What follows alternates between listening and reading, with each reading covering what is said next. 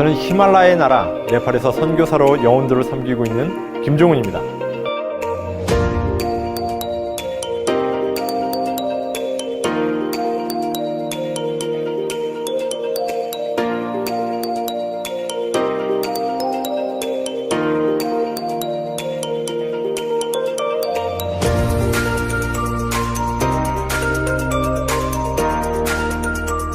하나님을 경험하는 삶이 필요한 시대가 있다면 바로 지금이라고 생각합니다.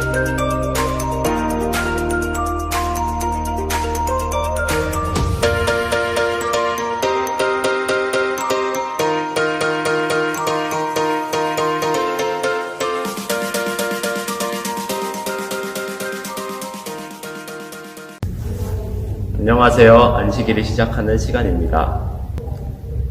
세계선도 기도주일에 오신 여러분들을 진심으로 환영합니다.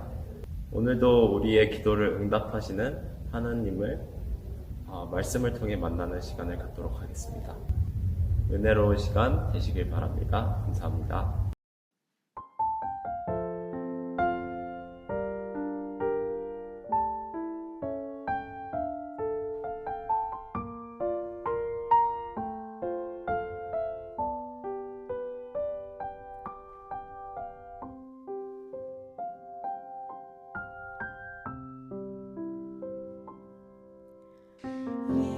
예수는 내 힘이요 나의 기쁨 내 참 소망 그 이름의 생명이 내 삶의 이유라.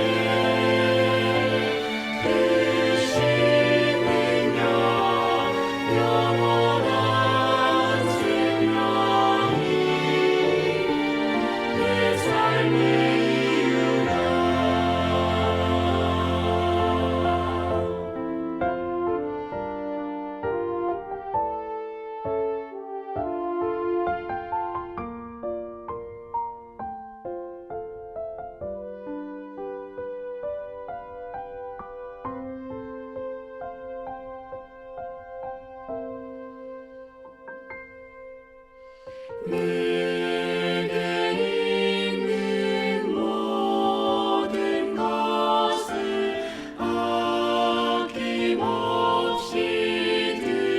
드리고 사랑하고 의지하며 주만 따라가리라. 오직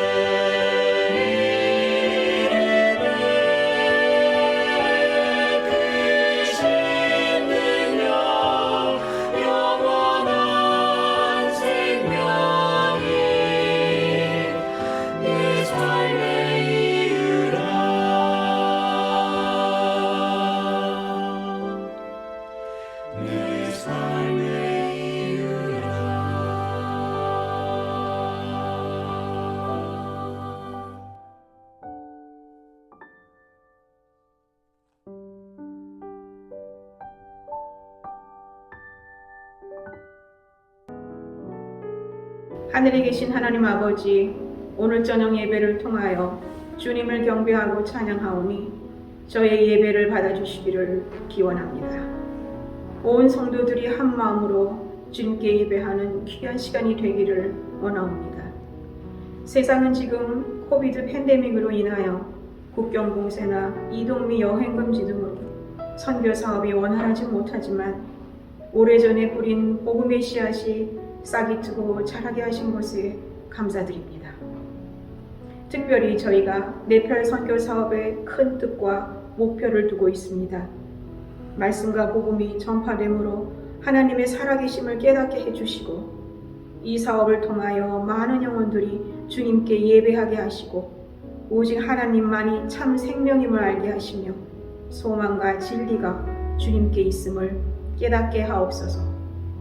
또한 선교지를 지키며 복음 사업에 헌신하고 있는 많은 선교사와 그 가족들에게도 함께 하시어 보호하고 지켜주시며 그들의 필요를 채워주소서.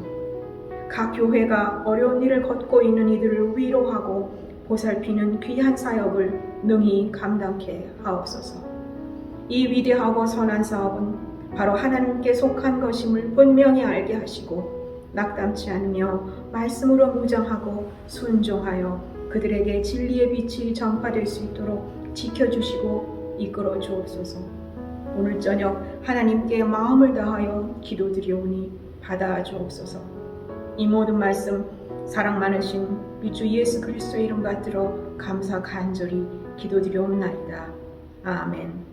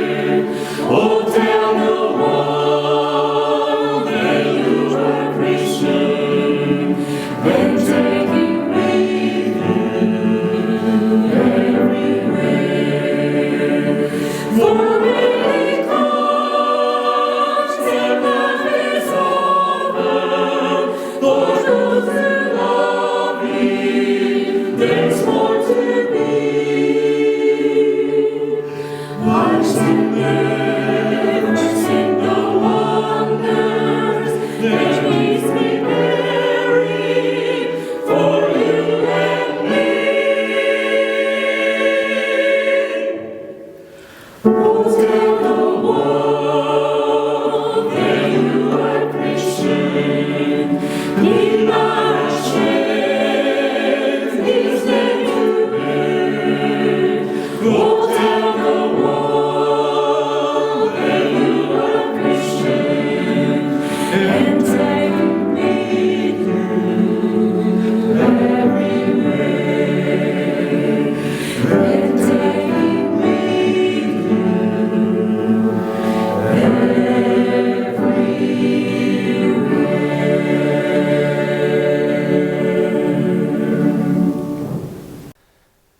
사랑하는 재림 성도 여러분, 안녕하십니까?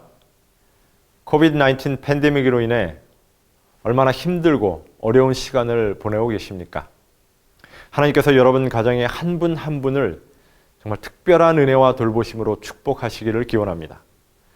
우리 예수님께서 빨리 오셔서 이런 세상이 힘들고 고통스러운 일들이 어서 속히 종식되었으면 좋겠습니다. 오늘 이 시간은 여러분과 만나는 저희 두 번째 시간으로 여러분과 함께 너희가 먹을 것을 주어라 라는 제목으로 말씀을 나누고자 합니다. 먼저 마태복음 14장 15절 16절의 말씀을 보겠습니다. 저녁이 되매 제자들이 나와 가라사대 이곳은 빈 들이요 때도 이미 저물었으니 무리를 보내어 마을에 들어가 먹을 것을 사 먹게 하소서. 예수께서 가라사대 갈 것 없다. 너희가 먹을 것을 주어라. 시대의 소망 369쪽에 이런 말씀이 있습니다. 예수께서는 너희가 먹을 것을 주라고 우리에게 명령하셨다. 그분의 명령은 일종의 약속이다. 주님께서는 우리가 가진 것이 무엇이든지 그것으로 먼저 주라고 말씀하십니다. 우리가 가진 것이 많지 않아도 상관이 없습니다. 작은 것이라도 내게 있는 것을 드리면 되는 것입니다. 그러면 나머지는 하나님께서 다 책임져 주시겠다는 약속인 것이죠. 제가 네팔에 가서 봉사를 한 지 2년 정도 지난 때였습니다. 저와 함께 선교 봉사를 하시면서 저희 한글 학원을 운영해 주시는 장로님께서 차를 한 대 구입해야겠다고 말씀하셨습니다. 그러면서 저에게 중고차를 좀 알아봐 달라고 부탁하셨어요. 그래서 제가 웹사이트와 중고차 매매상을 통해서 여러 중고차들을 알아보았습니다. 참고로 네팔은 전 세계에서 자동차 가격이 가장 비싼 나라 중에 한 곳입니다. 수입 관세만 300%가 넘기 때문에 자동차 값이 정말 비쌉니다. 예를 들면 여러분이 잘 아시는 투싼이나 스포티지 이런 차량의 한 대 가격이 약 10만 불 가까이 합니다. 정말 비싸죠? 그래서 웬만한 사람들은 차량을 구입하기가 어렵습니다. 그래서 우리 장로님도 중고차로 좀 저렴한 자동차를 구매하시려고 알아보는 중이었습니다. 드디어 제가 꽤 괜찮아 보이는 중고차를 한 대 소개받아서 장로님과 함께 차를 보러 갔습니다. 시운전도 해보았는데 차가 괜찮았습니다. 가격도 생각보다 저렴하게 잘 나온 것 같았습니다. 장로님께서 구입하시기로 결정을 했는데 생각했던 예산보다 차의 가격이 조금 더 비쌌습니다. 약 3,000불가량 차값이 모자라서 구입을 조금 주저하셨습니다. 사실 그때 저도 차가 있기는 했는데요. 바로 이 차량입니다. 그럭저럭 타고 다니고는 있었는데 너무 오래된 차량이다 보니 여기저기 자꾸 고장이 났습니다. 조금 과장하면 운전하며 타고 다니는 시간과 정비 공장에 서 있는 시간이 거의 비슷할 정도의 차였습니다. 또 한 가지 이 차의 특징이 있는데요. 1시간 반이나 2시간 정도 운행을 하면 반드시 이렇게 후드를 열어놓고 휴식을 취하게 해줘야 합니다. 또 시원한 생수를 한 병 부어드려야 다시 두어 시간을 정상적으로 운행할 수 있는 그런 세심한 관리가 필요한 차량이었습니다. 그렇지만 차가 정말 비싼 네팔에서 그런 차라도 있는 것이 너무나 감사했습니다. 그런데 너무 자주 고장이 나서 길 위에 서는 일이 반복되다 보니까 제 마음속에 좀 고장이 덜 나는 차로 바꿨으면 좋겠다는 그런 생각을 하고 있었습니다. 장로님께서 구입하시려는 차가 장로님의 예산보다 3,000불 정도가 더 비싸서 고민하시는 장로님의 모습을 보면서 어떻게 도와드릴 방법이 없을까 기도하던 중 너희가 먹을 것을 주어라 이 말씀이 생각이 났습니다. 저에게 있는 것을 나누면 되는 것을 제가 고민하고 있었던 것이었습니다. 그래서 제가 통장에 가지고 있던 거의 대부분의 돈을 찾아서 장로님께서 준비하신 자금에 더해서 차량을 구입하도록 도와드렸습니다. 제 차보다 훨씬 더 좋은 이 차량을 장로님께서 구입해서 타시는 모습을 보니까 제 마음도 너무나 기뻤습니다. 그래서 제 마음속에 하나님께 이런 기도를 드렸습니다. 하나님, 제 차가 그동안 고장이 많이 났지만 네팔에서 저에게 차가 있음에 너무나 감사드립니다. 앞으로도 너무 오지에서 고장이 나지 않게 해주시고 만약에 주님의 뜻이 계시거든 조금 고장이 덜 나는 차량으로 바꿀 수 있도록 도와주세요. 일단 제가 가진 것 모두를 주님께 드렸습니다. 그 뒤에 어떤 일이 일어났을까요? 하나님께서 저에게도 괜찮은 차를 주셨을까요? 제가 많이 기대하진 않았지만 3, 4개월 뒤에 하나님께서 저에게 새 차를 주셨습니다. 바로 이 차량입니다. 사람도 타고 짐도 실을 수 있는 픽업 트럭을 구입할 수 있었습니다. 물론 이 차를 구입하고 벌써 5년이 지나고 10만 마리 이상을 주행을 했습니다. 네팔의 험한 비포장도로를 너무 많이 다녀서 그런지 지금 거의 폐차 직전의 상태가 되었지만 이 차와 함께 네팔의 험한 길을 참 많이도 돌아다니며 선교지를 방문하였습니다. 하나님의 약속은 정말 한 말씀도 땅에 떨어지는 법이 없이 그대로 이루어지는 것을 저는 네팔에서 수없이 많이 경험했습니다. 하나님은 약속을 꼭 지키시는 신실하신 하나님이심을 여러분이 꼭 믿으시기를 바랍니다. 하나님께서 말씀하실 때는 그대로 된다는 것을 의미한다. 교회증언 1권 518쪽에 있는 말씀입니다. 여러분 이 말씀을 그대로 믿으십니까? 여러분의 삶에도 그런 하나님을 경험하고 계신가요? 그러실 것이라 믿습니다. 우리가 믿든 믿지 않든 하나님은 선하시고 자신의 약속에 정말 신실하신 창조주 하나님이십니다. 작년 2020년 2월부터 시작한 세계적인 코비드-19 팬데믹이 지금까지 전 세계를 혼란과 고통에 빠뜨렸습니다. 네팔도 역시 예외가 아니어서 많은 사람들이 이번 팬데믹으로 인해 고통을 당했고 또한 현재도 당하고 있습니다. 저희의 동역하던 젊은 목사님 한 분도 얼마 전에 감염이 되어서 병원에 입원하셨다는 얘기를 들었는데요. 그래서 그분을 위해 간절히 기도를 드렸습니다. 그런데 결국은 회복하지 못하고 잠드셨다는 정말 가슴 아픈 소식을 듣게 되었습니다. 이번 코비드-19 팬데믹이 모든 사람들에게 힘들고 어려운 경험이 되고 있지만 특별히 가난한 사람들에게는 더 큰 어려움으로 다가오는 것 같습니다. 저는 작년에 2월에 한국에 들어왔다가 3월 23일 네팔로 돌아갈 계획을 갖고 있었는데요. 팬데믹으로 네팔로 가는 모든 비행편이 취소되고 네팔이 완전 봉쇄에 들어감으로 인해서 도저히 갈 수 있는 길이 없었습니다.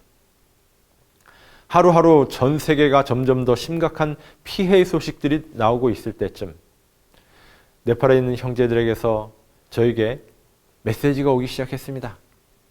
내용은 이런 것이었습니다. 저희 가족들이 더 이상 먹을 것이 없습니다. 또 일용직으로 일하는 하루 벌어서 하루를 먹고 사는 저희 성도들이 국가의 봉쇄 조치로 인해 일을 하지 못해서 지금 굶고 있습니다. 이런 내용들이었습니다. 한국에 머물고 있는 제가 그들을 도울 수 있는 방법이 거의 없는 것처럼 보였습니다. 제가 할 수 있는 유일한 일은 이 모든 세상을 주관하시는 창조주 하나님께 오로지 기도하는 것뿐이었습니다. 한국에 있으면서 저는 아무 문제 없이 지낼 수 있었지만 네팔의 성도들과 이웃들의 소식에 정말 제가 밥이 제대로 넘어가지가 않았습니다. 네팔의 성도들은 먹을 것이 없어 굶고 있다는데 나는 이렇게 맛있는 밥을 먹고 있어도 되는 것인가? 그런 생각이 들었습니다. 그때쯤 네팔을 위해 매일 기도하고 있는데 네팔에 있는 저의 선교 동역자인 사일러스 목사에게서 연락이 왔습니다.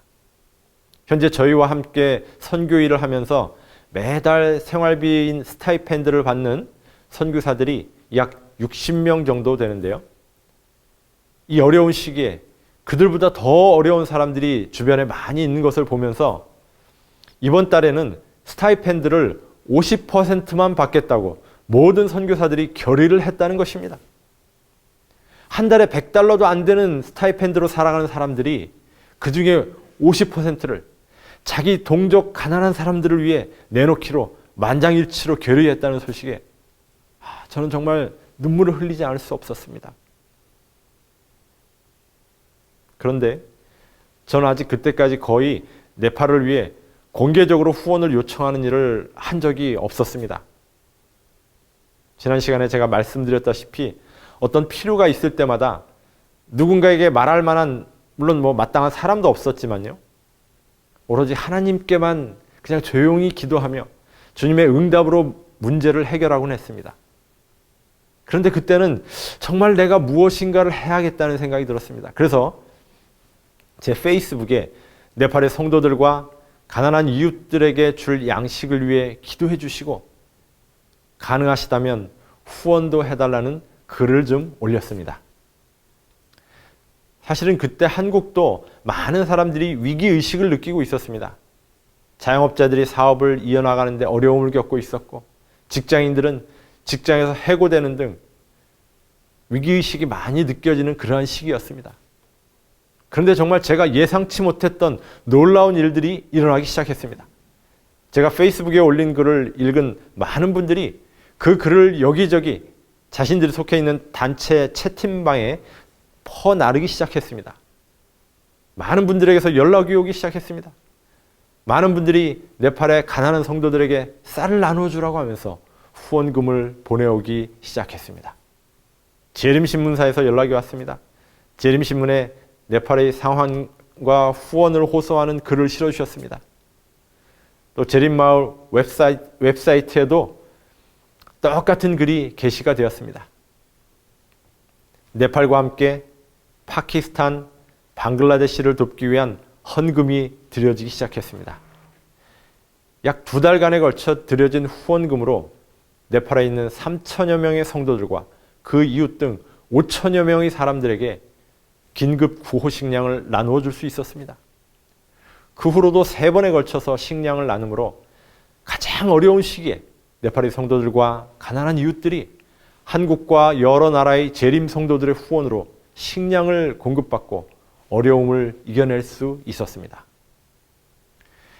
네팔의 선교사들이 드린 작은 헌신, 그렇지만 결코 작지 않은 헌신이 마중물이 되어서 한국과 미국, 일본, 필리핀 등 여러 나라에 계신 성도들이 헌신에 동참하도록 하였습니다. 긴급 구호 식량을 받은 사람들 중에는 재림 성도들뿐 아니라 힌두교인도 있었고 이슬람교인도 있었습니다. 그들이 매우 감동하는 이야기를 들을 수 있었습니다. 기독교인들은 참 신기하다. 어떻게 우리한테까지 이렇게 식량을 나눠줄 수 있을까? 팬데믹 동안 네팔의 여러 교회들은 많은 성장을 경험하였습니다. 마음이 공허해진 사람들이 교회를 찾아왔고 교회에서 따뜻한 복음을 듣고 그들의 평생을 주님과 동행하며 살기로 결심하는 일들이 많이 일어났습니다. 빈자리가 많이 있던 교회들이 이제는 앉을 자리가 부족할 정도로 새로운 성도들로 가득 차는 그러한 기쁨을 맛보았습니다. 실물교훈 38쪽에 있는 말씀입니다. 하나님의 모든 명령과 그분의 말씀 속에 있는 모든 약속에는 능력, 곧 하나님의 생명이 그 속에 있으므로 그것으로 말미암아 모든 명령은 실현되고 모든 약속은 성취되는 것이다. 영감의 글에는 하나님의 약속에 하나님의 생명의 능력이 있다고 말씀하고 있습니다. 하나님의 생명력이 있는 말씀은 그대로 우리의 삶에 이루어지고 성취될 수 있는 것입니다. 사랑하는 믿음의 가족 여러분, 하나님께서는 우리에게 먼저 너희가 먹을 것을 주라고 말씀하십니다. 그것이 작은 것이든 큰 것이든 간에 하나님께 드려진 그것을 통하여서 하나님은 일하기를 원하신다고 하는 것입니다. 우리가 드린 작은 것이 마중물이 되어서 하나님께서 이루고자 하시는 큰 일을 이룰 수 있다고 하는 것입니다. 성경은 우리가 현재 가지고 있는 모든 것은 하나님의 것을 우리에게 맡겨두신 것이라고 그렇게 말합니다. 그래서 우리를 청직이라고 하는 것입니다. 내가 소유하고 있지만 그것은 나의 것이 아닌 하나님의 것을 이 땅에서 잠시 보관하면서 하나님께서 가장 원하시는 곳에 사용하도록 하신 것입니다. 우리가 하늘에 가기 위해서 해야 할 아주 중요한 연습 중에 하나가 바로 이 땅의 것을 내려놓는 연습, 버리는 연습이라고 생각됩니다. 세상에 있는 것들을 사랑하는 마음을 하늘의 것, 즉 영적인 것을 더 사모하는 마음으로 바꾸는 일이 이 땅에서 이루어지길 원하시는 것입니다. 특별히 세상의 마지막 시대를 살아가며 하나님의 우리 예수님의 다시 오심을 전하며 준비하며 살아가고 있는 하나님의 남은 자손들은 더더욱 그러해야 할 것입니다. 우리는 엘리야를 영접한 한 여인을 기억하게 됩니다. 성경은 그녀가 이제 마지막 남은 조금의 가루로 떡을 만들어서 아들과 함께 먹고 죽으려고 했다고 기록되어 있습니다. 그런데 그 가정에 선지자 엘리야가 찾아옵니다. 엘리야는 과부에게 그 마지막 가루로 본인을 위하여, 나를 위하여 떡을 만들어 달라고 요청을 합니다. 너무나 어려운 부탁인 듯합니다. 그렇죠? 대부분의 사람들은 그 요청을 거절하는 것이 당연한 것이요. 그것을 거절한다고 해서 그녀를 욕할 사람은 정말 아무도 없었을 것입니다. 그러나 그 여인은 이 엘리야라고 하는 낯선 선지자의 말을 듣고서는 그 마지막 남은 약간의 가루로 떡을 만들어서 그에게 먼저 대접을 합니다. 선지자와 왕의 기록에 보면 이것은 그녀의 삶에 이르러온 가장 큰 신앙의 시험이었다고 기록되어 있습니다. 그리고 그녀는 늘 다른 사람을 너그럽게 대접하는 삶을 살아왔던 사람이었다고 기록합니다. 그녀가 도대체 어떤 마음으로 이 엘리야의 요청에 순종할 수 있었을까요? 선지자왕 131쪽입니다. 이제 자신과 아이에게 이르러올 고통을 생각지 아니하고 자기의 모든 필요를 공급하시는 이스라엘 하나님을 의지하여 엘리야의 말대로 함으로 그 여인은 이 손님을 친절히 대접하라는 최고의 시험에 응했다. 저는 이 예언의 신의 말씀에서 중요한 한 가지를 다시 한번 강조하고 싶습니다. 이 여인은 이미 그 전에도 자신의 집에 오는 모든 나그네를 친절하고 너그럽게 대접하는 삶을 살아왔다는 점입니다. 이미 그녀의 삶은 다른 사람을 돕고 대접하는 일에 익숙해져 있는 삶이었다는 것입니다. 과부로서 어린 아들과 함께 살아온 인생에서 늘 남을 너그럽게 대접하는 일은 쉬운 일이 아니었을 것입니다. 그러나 그녀는 과거에 그렇게 살아온 삶에 하나님의 축복이 어떻게 임했는지를 분명히 경험을 통해 알고 있는 사람이었다는 사실입니다. 그런 경험이 없었다고 한다면 그 생과 사의 갈림길에서 마지막 남은 그 떡 한 조각을 손님을 위해서 대접할 수 없었을 것입니다. 선지자왕 132쪽에 있는 말씀입니다. 희련과 빈곤의 때에 자기보다 더 가난한 자들에게 동정과 도움을 주는 모든 사람에게 하나님께서는 큰 축복을 주시겠다고 약속하셨다. 하나님께서는 변치 않으신다. 하나님의 능력은 엘리야의 시대보다 적어지지 않았다. 사랑하는 여러분, 여러분 이 말씀을 그대로 믿으십니까? 아멘. 우리는 이 마지막 시대에 살아가는 남은 자손으로서 매일 주님의 약속을 순종하는 일을 통해 하나님의 축복을 경험함으로 하나님을 체험적으로 만나는 일이 정말 필요합니다. 하나님을 매일 경험하는 일이 가장 절실한 필요입니다. 하나님께서는 그분의 이름으로 나타낸 친절한 모든 행위는 인정을 받지 못하거나 보상을 받지 못하는 일이 없을 것이라고 분명히 말씀하셨습니다. 그래서 하늘을 위해 준비하는 일은 하루아침에 극적으로 이루어지는 그런 것이 아닙니다. 오늘 하루의 삶에 어떻게 하나님의 말씀에 순종하며 주님과 어떻게 동행하며 살았는지 그 삶의 모습이 반복이 되어 우리의 품성으로 자리 잡을 때 우리는 하늘에 적합한 모습으로 준비되어 주님의 재림의 날에 서게 될 것입니다. 우리가 믿는 하나님은 어제나 오늘이나 영원토록 동일하신 하나님이시며 그분의 말씀은 시간이 지난다 하더라도 조금도 약해지지 않는 것입니다. 엘리야를 대접했던 그 여인의 가루통에 기근이 끝날 때까지 가루가 떨어지지 않게 하셨던 분은 창조주 하나님이셨습니다. 배고픈 무리들에게 가서 먹을 것을 사 먹게 하라고 제안하는 제자들에게 너희가 먹을 것을 주라고 말씀하신 그분도 동일한 하나님이십니다. 그분의 모든 명령은 일종의 약속이다. 다시 한번 이 말씀을 기억하시면서 하나님의 말씀의 명령에 기쁨으로 순종할 수 있는 여러분과 제가 되시기를 간절히 바랍니다. 올해 1월에 저희 선교센터에 2명의 중년 여성이 찾아왔습니다. 이분들이 저희에게 찾아오게 된 이유가 참 감동적이었습니다.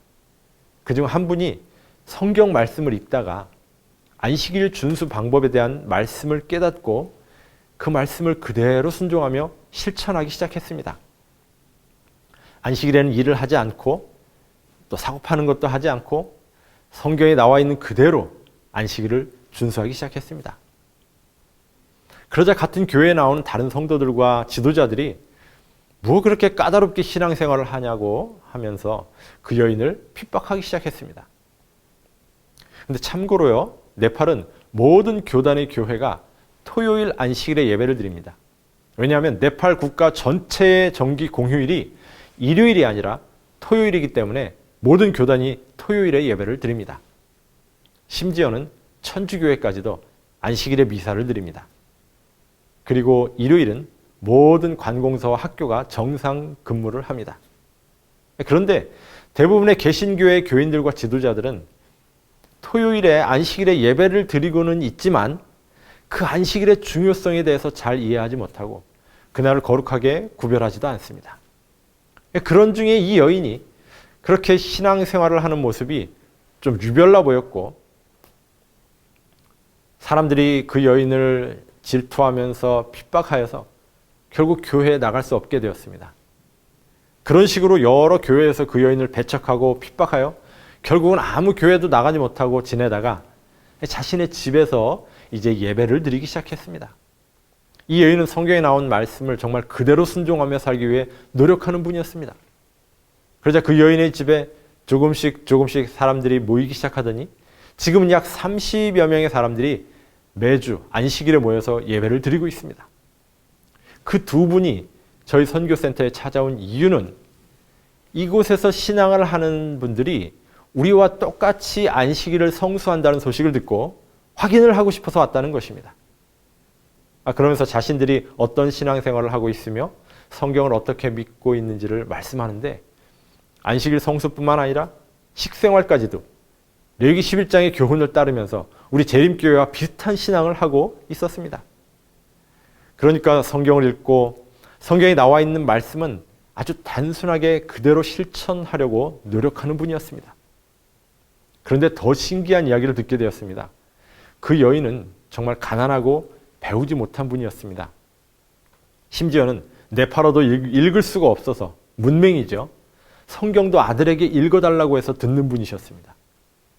숫자도 1부터 50까지밖에 셀 수 없는 분이셨습니다.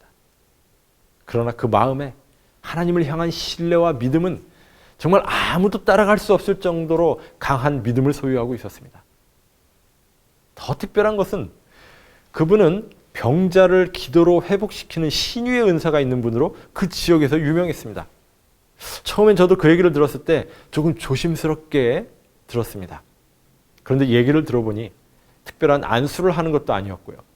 특별한 비법이나 약을 쓰는 것도 아니고 환자가 자기 집에 오면 금식하며 하나님께 회개의 기도를 하도록 요청하고 본인도 함께 금식하면서 그 환자의 회복을 위해 기도하는 것이 전부였습니다. 환자들에게 숙식을 제공하며 숙식비를 받는 것도 아니었고요. 모든 것을 무료로 제공하면서 환자들이 병에서 회복되도록 돕고 있었습니다. 그런데 정말 놀라운 것은 그 기도의 능력으로 인해 매우 위중한 병에 걸린 많은 사람들이 거의 다 회복된다는 사실이었습니다. 제가 지난 3월에 그분의 집을 방문했습니다. 그 집은 정말 너무나 초라하고 누추한 그런 집이었습니다. 이 사진에 있는 이 집입니다. 어떻게 이런 곳에서 그런 역사가 일어날 수 있을까? 그때 3일 전에 중풍으로 들것에 실려온 환자가 제가 방문한 그날 혼자서 걷기 시작하는 모습을 볼 수 있었습니다. 그 여인의 직업은 환자들을 위해 기도하며 금식하는 것이었습니다. 제가 그 여인의 집과 교회를 방문한 후에 깨닫게 된 것은 하나님께서 정말 이 여인을 사용하고 계시는구나 하는 것이었습니다. 자신은 아무 수입이 없고 남편이 일용직으로 일을 해서 한 달에 약 100불 남짓 벌어오는 돈으로 세 가족이 먹고 살면서 그렇게 환자들을 위해서 봉사하며 살아가고 있었습니다. 자신을 완전히 봉사를 위해 드리고 하나님의 영광을 위해 살아가는 여인이었습니다. 하나님께서 그 여인을 통해 많은 사람들에게 하나님의 영광을 드러내고 진리를 깨닫게 하고 계셨습니다. 하나님께서는 세상 곳곳에 우리가 알지 못하는 준비된 영혼들을 갖고 계시다는 사실을 저는 그곳에서 그 여인의 삶의 모습을 보면서 깨닫게 되었습니다. 자신이 가진 모든 것을 들여서 환자들을 돌보는 여인, 기도로 금식으로 환자들을 돌보며 기적을 매일 경험하는 여인이었습니다. 하나님께서 그렇게 자신이 가진 모든 것을 드리고 있는 그 여인을 어찌 축복하지 않고 그녀에게 성령을 부어주시지 않겠습니까? 저는 그 여인의 모습을 보면서 제 자신이 너무나 부끄러웠고 정말 깊이 회개하게 되었습니다. 그리고 세상 곳곳에 하나님께서는 하늘을 위해 준비시키고 계신 영혼들이 많이 있음을 알게 되었습니다. 저는 선교지에서 그런 하나님의 약속의 성취를 많이 보았습니다. 제가 경험한 하나님을 다 말씀드리려면 여러 시간을 더해도 모자랄 것입니다. 만약 오늘 우리가 하나님의 말씀의 성취를 내 삶에 경험하고 싶다면 가장 먼저 어떤 변화가 필요할 것일까요? 저는 의에 줄이고 목마른 가난한 심령이 우리에게 필요하다고 말씀드리고 싶습니다. 의의 배고픔을 느끼지 않는 심령에 하나님께서 임하실 수가 없습니다. 정말 배가 고파서 죽을 정도로 허기진 그런 마음으로 하나님을 찾을 때에 주께서 우리의 영적 배고픔을 말씀으로 채워주시고 의의 경험으로 우리를 인도해 주실 것입니다. 오늘 저는 이 자리에서 그 하나님의 약속은 지금도 유효하며 그 약속을 우리가 믿고 순종할 때 우리에게는 놀라운 축복이 임한다는 사실에 대한 증인으로 여러분들 앞에 서 있는 것입니다. 하나님께서는 오늘 우리에게 많은 것을 요구하시지 않습니다. 하나님은 오늘 우리의 전부를 요구하십니다.